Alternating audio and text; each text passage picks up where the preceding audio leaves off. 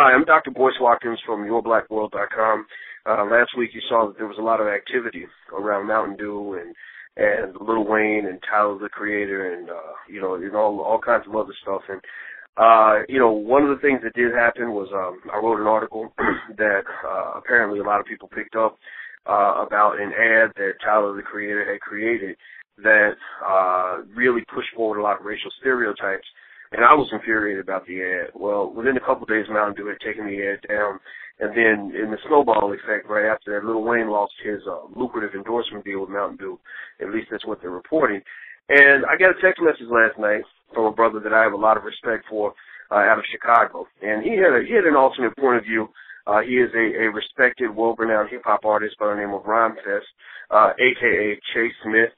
And I have a lot of respect for this brother, so I told him, I said, well, if you have a point of view to share, I would like for you to share it if you have a few minutes to talk tomorrow. So he graciously agreed, and I've got him on the line. Rhymefest, brother, how you doing today? That's wonderful to speak with you, and I have a tremendous amount of respect for you as well. I was just concerned, because when I saw that Tyler, the Creator, and Lil Wayne had lost their endorsement deals with Mountain Dew following Rick Ross losing his deal with Reebok, and I see people celebrating. Yeah, we did it. And I start to wait a minute. What did we do? We criticized something that was reprehensible, lyrics that were indefensible. We made some black men lose some money, lose their endorsement deals. But what didn't we do? We didn't put nothing in that place. We didn't, it seems to me that when it comes to hip-hop, over the years, whether we're talking about Reverend Jesse Jackson, Reverend Al Sharpton, Reverend Calvin Butts, and I would even say now Dr. Boyce Watkins, we're very good at criticizing, and we're very good at making people lose deals and lose money, especially in the black community, but we're not very good at replacing it. We're not very good at saying, hey, there's an artist named Rhymefest or Jaziri X or Common or Talib and Mountain Dew. Why don't you take down the negative stuff and prop these up? And one of the reasons, Doc, I think we're not good at it is because the people who are doing this stuff to get these deals taken down don't know nothing about hip-hop. But they know what they hear that they don't like, but they're not listening to the youth. They're not listening to the music of the new generation to prop up positive hip-hop. So what happens? Okay, we're going to take Lil Wayne down. We're going to take Tyler, the Creator, down, and we're going to replace it with another stereotype 2 years later. Because we as black people never replaced it ourselves. All we did was criticize. And it's the same thing that led to the creation of the FBI when W.E.B. Du Bois was criticizing, and the NAACP was criticizing Marcus Garvey, calling him everything in the book. And what did the government do? They said, well, if you don't like him, we don't like him either. And the FBI been on us ever since. We have to stop being on each other without replacing it with something. Okay, well, I think that's a valid point, and I think that a point deserves a counterpoint. And I would say that I agree with you. I think artists like yourself, Jaziri X, and others, put out a message that is certainly both entertaining and very powerful, and I respect that. But, gang recognizes gang. I mean, basically activists support other activists. So my question to any artist that says, why don't you as activists fight for me to have a deal with Mountain Dew, is to turn to that artist and say, okay, are you also jumping and supporting, using your platform to support us? When we are confronting Mountain Dew, when we are out in the streets fighting, because one thing I know about you, and the one thing I agree with, is that you don't like people to use you. And I don't like people using me either. And one thing I find a lot of times is I'll have folks that'll reach out and say, like there's a prominent black journalist who reached out to me and said, hey, Dr. Boyce, you need to raise a stink about the fact that there's no nighttime hosts on cable networks. And I said, okay, so what you're saying is you're afraid to speak up because you don't want to lose your gig, but I'm supposed to throw everything on the line so that you can get a cushy job. And what's wrong with you sacrificing so that the next cat can get that job? Maybe you won't get it, but somebody else will get it. So I think that it's interesting that people might want somebody like me to sacrifice for them. But my question is, what sacrifice are you making for yourselves? What do you say to that? Well, I would say this. I would say that it's not an either or. It's a both and. It's not a, well, you didn't do nothing for me, so I ain't going to do nothing for you. Black people have been acting like that and thinking like that, Doc, since we got off the plantation. It's the thing that when you start the campaign, having a cohesive plan saying, we are going to replace this. Instead of just taking this down, we come with a plan to replace it. It's not, and I would say that when you look at Jaziri X, he is not just an artist who's rapping positive. He actually has a non-for-profit called One Hood in Pennsylvania where he's actively helping black people on a daily basis. When you look at Lupe Fiasco, Lupe has the Lupe Fiasco Foundation that has a book club, and every year he gets clothes and food for young people that are starving. What I would say is that when activists start these protests, that are not in the hip hop community, if it's going to deal with hip hop, if it's going to deal with somebody losing income stream or revenue, Mountain Dew is not motivated. They don't know who the artists they should be talking to are. You know who they go to? They go to the record labels. They go to the magazines. Why not have them come to Dr. Boyce Watkins and say, well, okay, who should we have? And you have somebody ready to replace them with, because, and then say to the artist, okay, listen, we want to get you this deal with Mountain Dew because, we feel like you have a better message that could go out, but what we would ask from you for the community is X, Y, Z.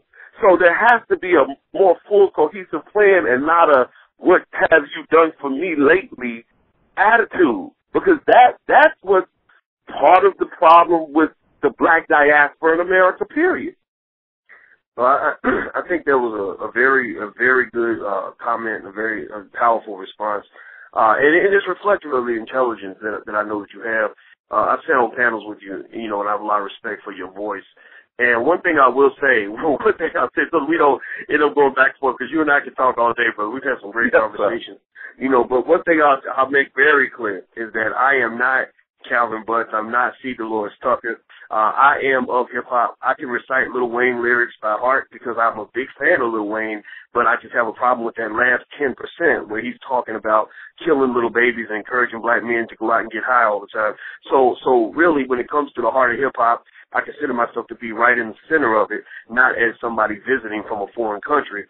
So I hear what you're saying. I think that Doc, I'm not a fan of Lil Wayne. I'm a rapper, and I'm not a fan from the aspect of, I don't think that it's 10% of it. I think that the nonsense you hear from him as an artist is about 70 to 80%, in my opinion, and art is subjective. However, whether you're a fan or not a fan, I don't think that it goes to the fact that if we're going to make a black man lose some income stream or revenue, we have to make sure that revenue stays in the black community.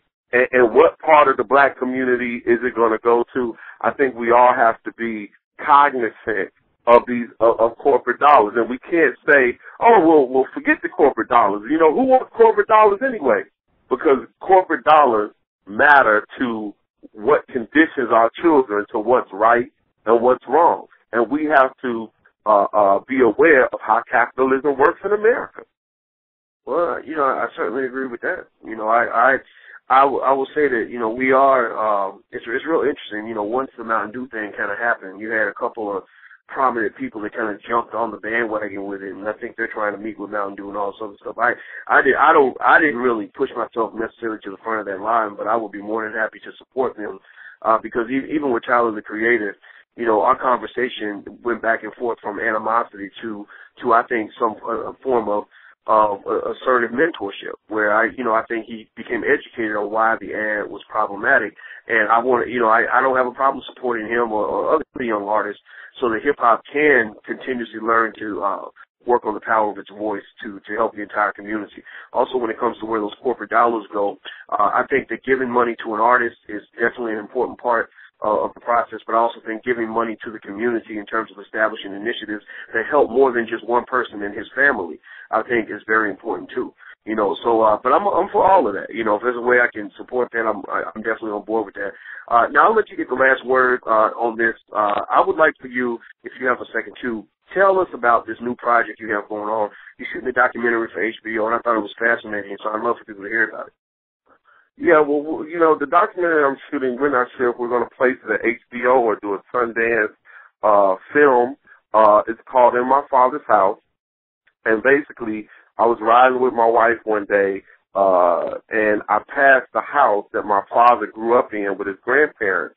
And my wife said, why don't you buy that house and give your children the memories that you never had? So I purchased the home. I felt like a stranger in the home that belonged to my family that I never knew, which was on my father's side.